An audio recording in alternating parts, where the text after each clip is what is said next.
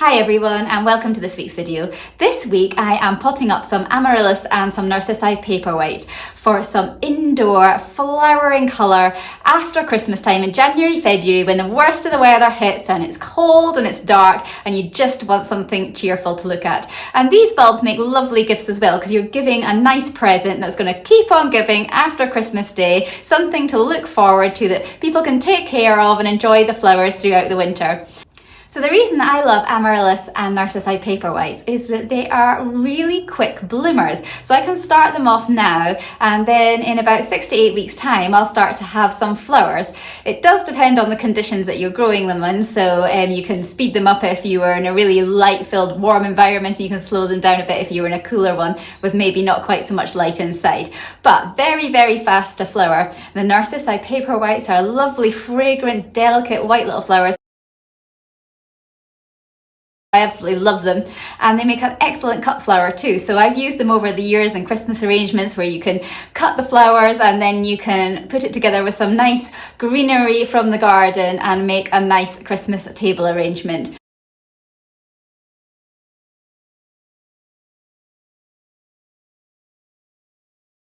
Or you can enjoy them as bulb baskets and give them as gifts. So they are absolutely beautiful and just lovely because they are just pure white and delicate and very pretty and smell beautiful. And Amaryllis are showstoppers. They are these fabulous flowers. And from these enormous bulbs, you'll get a good several flowers, maybe 2 to 4 flowers in your first year, and then more after that. And they send up these super strong stems and big flowers on the top of them, and they can make a real good statement in your home over the festive season and then into the winter as well. And again, Amaryllis make great cut flowers as well. You can cut the stems and display them in a vase too. And the Amaryllis will come back. The Narcissi Paperwhites I tend to treat as an annual, and once they've flowered, that's it. But the Amaryllis, they will come back year after year if you give them the right aftercare. So it's very easy to plant Narcissi Paperwhites and the Amaryllis, and I'm going to show you how I do this just now. There's lots of containers and different ways and things of doing it, so have a look at home and see what you've got, and I'll show you what I'm doing today here. So here we've got my Narcissi Paperwhites, and actually some of them have started to sprout already. I'm a little bit behind with getting them planted up with all the outside gardening jobs that need done. So it's definitely time to get them going just now to let these shoot away properly in some water and get their roots developed. What we're going to do first is we're going to take this vase here. Now, vases are great for growing Narcissi Paperwhites. You don't need to grow them in soil. You can grow them in gravel like I am here, or you might have some nice decorative pebbles, or you get those nice chunky glass beads and things. You can arrange a good inch or 2 layer on the bottom of a vase, and the beauty with this is a lovely tall vase, and Narcissi Paperwhites have a habit of growing really tall really quickly, and they do need some support. So by planting them into a glass vase like this, not only is it a really pretty way of growing them, but also the sides act as support as the Paperwhites start to grow. And what we've done here is we have just filled up with gravel. The gravel I washed already so that it didn't turn the water murky. And I've just got a jug of water here, and I'm just going to fill it up. So with the water, I've just filled it up to the level of the gravel here. We don't want our bulbs to be sitting in lots of water. We want them to just be able to grow the roots down into it, but the bulbs to be above it. So let's place a few of these in here. So they're just sitting on the top of the gravel and just having some contact with that water. So I think we'll fit in about 4 into this one.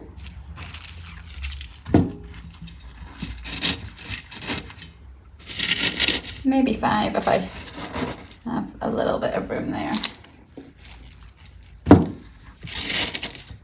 There we go. So those are all there, and that is all you need to do. It's that simple. So I'm just going to go and pop this inside. I'm going to put it in the kitchen in a nice light bright space, and it'll grow away quite happily over the next few weeks, putting its roots down and growing its lovely stems, which will have some flowers on it in about 6 to 8 weeks time. But make sure as well that you rotate your vase round so that it's not growing towards the light. You'll start to get stems that are bending towards the light and reaching for that, and you kind of want it to be equal round the whole vase. So just keep turning it round every day to make sure that different angles are getting the most light.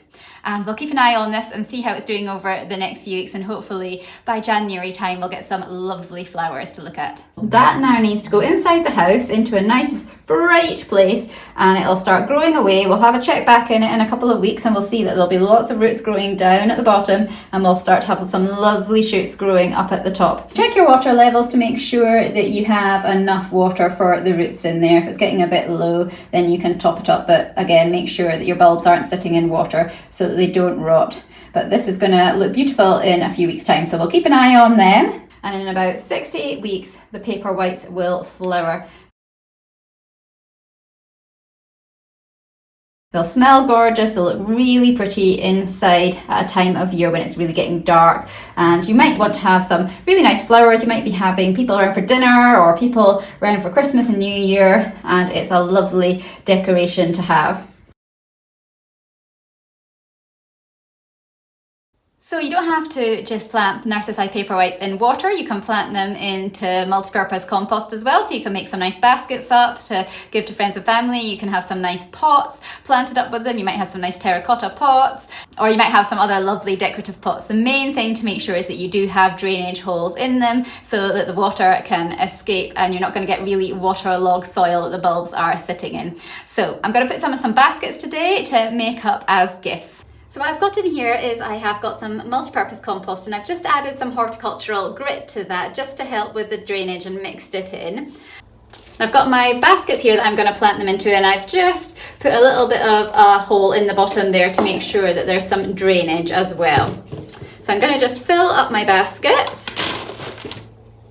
putting a good amount of compost in here. Now the Narcissi Paperwhites are just going to sit on the top, so we're not going to be burying them. So that's a nice amount that I've got there. And then I've got my Paperwhites over here, and I'm just going to pop them on the top. So they're just sitting on the top. I'm just going to nestle them in a little bit, but they're in no way buried at all.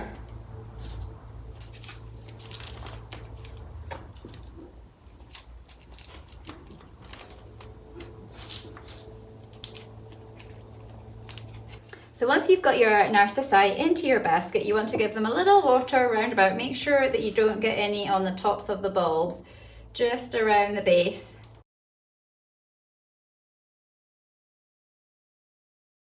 So from previously growing Narcissi Paperwhites, I know that they get very tall very quickly and they are liable to flop over. So what you want to do is you want to provide them with some support. So it's a good idea to just go around your garden and see what you can find. And at this time of year, there's so many lovely branches on our shrubs and trees now that the leaves have dropped, and you can find some nice colourful ones as well. Might have some dogwood, viburnum is another good one to cut from. And you can see that this one's nicely branching, so that's going to provide a really nice framework for our Paperwhite stems to grow up through and stop flopping over. So this is a good time to put your branches in just now before they've got to that stage, so you can just insert them, and they look really pretty as well. You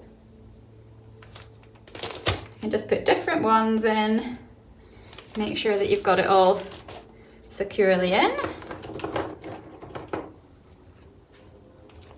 And this just becomes part of the feature of the basket as well. Put that one in over there. So that's going to provide a beautiful framework for these Paperwhites to grow up around as they get bigger. And the next thing I'm going to do is I'm just going to go get some decorative moss as well to put around, and that just looks really nice if you're giving it as a gift, and it'll just help to support these branches as well. So the moss I've got here is just garden moss from our garden, and I use this to make my Christmas wreaths, and it's also really good for just adding as a little bit of decoration into any bulb baskets.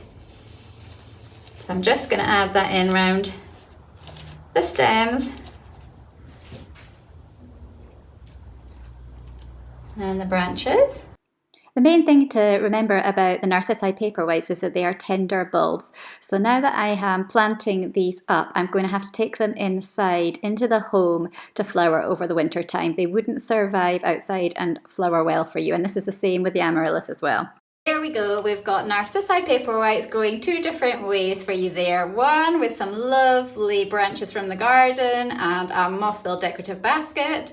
And then here in our lovely glass vase that they'll grow up nicely inside on our kitchen island. So we'll check back on them in a couple of weeks and see how they're getting on. But now let's go and have a look at the Amaryllis and see what we can do to plant that up as well. So let's have a look now at these Amaryllis bulbs, and it's just amazing the size of Amaryllis bulbs. So this is my Amaryllis bulb here, and this is a Paperwhite here that we have just been growing. So you can see the difference there, huge bulbs. They do come in a little bit in different sizes, so it depends on where you get them from. The bulbs that I have got this year are from Farmer Gracie, and they look like they're really good quality, so we'll see how they get on. But fantastic root system at the bottom, and then lovely big bulb at the top. So you are going to be growing it pointy end up and roots going down. So let's have a look at what we're going to do to plant these. And again, these are the same as the Narcissi Paperwhites. So these are tender bulbs. You have to grow Amaryllis inside for your winter flowers. And then for aftercare, eventually we'll go for a period of time into your gardens in a sheltered spot. But that isn't going to be until the last frost has been. And for me, I'm not going to put my Amaryllis outside until the very end of May, probably that first week in June, just to be absolutely safe. So for potting up my Amaryllis, today I'm doing a couple of different things. I've got 2-litre pots that I am going to plant Amaryllis in, and this is a really good size for it, that it's got enough depth for the roots to go down in, but they quite like to be quite snug to Amaryllis, so you don't need a huge amount of space around the outside of the bulb. You need just a little bit around the edges, but they don't mind being quite tightly grown into a pot. And I've just filled it up with multi-purpose compost, again with that horticultural grit in it so that it's not sitting in damp soil. And then just place your Amaryllis into your pot.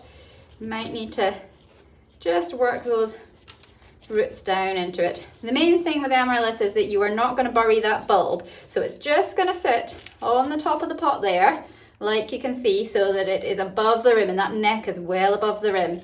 And we're just going to put a little bit more compost around the edges, but not far up the bulb, just a little bit so that it's sitting snugly in there. And then I'll just press down and make sure that it's all sitting nicely. So Amaryllis bulbs do not like to sit in water. So you don't need to water them too often. You'll need a watering just now to get them going, and then that's probably as much as you want to water them until you start to see the new shoots appearing, and then you can just water them at intervals when you think that the soil is starting to dry. So here you can see my Amaryllis is just sitting on the top of the soil. So I would say about 1/3 of it is in the soil and the top 2/3 are exposed. You certainly don't want to be burying any more than 2/3 of that bulb. So have a good 1/3 of it up the top exposed, and definitely the neck exposed. And then just now when I'm going to give it a little water, I'm going to do it round about. So I don't want to be putting any water on the top of the bulb, just round about like that. So I haven't got any up here. We don't want any up here. So that can now be put inside in a nice warm light filled space, and it'll start to shoot away for you. And like I said, you don't need to water it again probably now until you start to see some shoots getting going. So this is what your Amaryllis will look like once you've potted it up. This is what it'll look like maybe a week or two later. And then another week on after that, you'll really start to see that it's really starting to get going now. And you can just press the soil. So this one here, I feel it's getting a little bit dry. So that one could do with a water today. And this one here, the soil is still fairly damp. I can feel that around there. And I'm not going to water that one. So it's just a case of just touching it with your finger, seeing if it feels dry or whether it feels moist or not, and deciding when you need to give it some water. And then these will flower for you 5 to 8 weeks. I would say for me it's not going to be 5. My house is fairly chilly at the moment just because we haven't had the heating on that much, and it's only just starting to warm up with the heating starting to go on now. So I think mine are going to be slower. I would even say that mine might even take as much as 10 weeks just because it has been that bit cooler. But your houses might be a lot warmer, and then they'll get off to a really rapid start. And you may, even if you did it this week, you possibly could get flowers for that holiday period between Christmas and New Year. But I certainly think mine will be into the new year now. But I don't mind that, because that means something lovely to look at in January, February, dark months. And they really are a spectacular flower. So I'm going to show you them then when they start to flower. And it'll be interesting to see how fast mine do flower for me. And you can let me know how you get on with yours as well, how quickly yours flower for you. So at the moment, I'm just growing mine on in these pots. I'm not looking to make it pretty, because I'm going to be putting them into these nice gift bags once they have started to really come on. But you can use moss again as a nice decoration around about the base of the bulb, or you could use some gravel, or you could use some nice decorative pebbles. So it's up to you how you might want to decorate it to make it look pretty. So the one that we just potted up there was called Carmen, and it was a lovely red one. And I'm just potting up one in a basket here, which is called Apple Blossom, which is a really nice pink and white one. So they do come in lots of different colours. I think red is nice for Christmas time, but then it's quite nice to have some whites and pinks away into the winter time as well. And this container, I think, is just going to take one, because these bulbs really are very, very large. But if you have got a really nice big pot or big container that you want to plant them in, you might be able to fit quite a few different amaryllis in one place. And as long as they're not touching, you can plant amaryllis. As long as they're not touching, you can plant amaryllis bulbs together. So don't feel you have to just pot them on individually. You don't need to. As long as you've got a big enough container, you can pot them on together. And that really would be a massive showpiece in your home over the winter time. So that's just going to get a bit of a watering and then taken inside, and it'll grow on over the next few weeks as well. Just like the Paperwhites, turn around your pot that you've got them in so that all areas of the bulb and the stems are going to get some light, and then they'll grow up nice and tall and straight rather than leaning over towards the light. And as they get bigger, you might find that you need to start staking them. So you can place a stake in them, or you can use some twigs from the garden again, but they possibly might need some help with support if they're really, really large amaryllis. So what do you do once amaryllis has finished flowering? Well, as it's going along and it's flowering, you'll probably get more than one flower. So if one flower finishes before another, you can just snip off that faded flower head and then enjoy the new ones. Once it's completely finished flowering, you can cut back those flowering stems to just above the crown here, so about 1 inch left, but leave the leaves. And then what you want to do is you want to keep it indoors, and you want to give it a water every week, give it a liquid feed once every 1 to 2 weeks, and carry on doing that, looking after it indoors until it gets to the end of your frost period. So for me, I'm guaranteed to not get any frosts after the 1st of June. So at that point, you can start to acclimatise it outdoors and just put it in a shady spot first of all, and then gradually acclimatise it to the sun. But don't put it in strong sunlight. Just keep it in a fairly nice shady spot, but with a little bit of sunshine, and then just keep it there over the summertime, watering it. And then when it gets to about August time, you will want to slowly start stopping the watering and any feeding that you're doing, and let it go into a period of dormancy.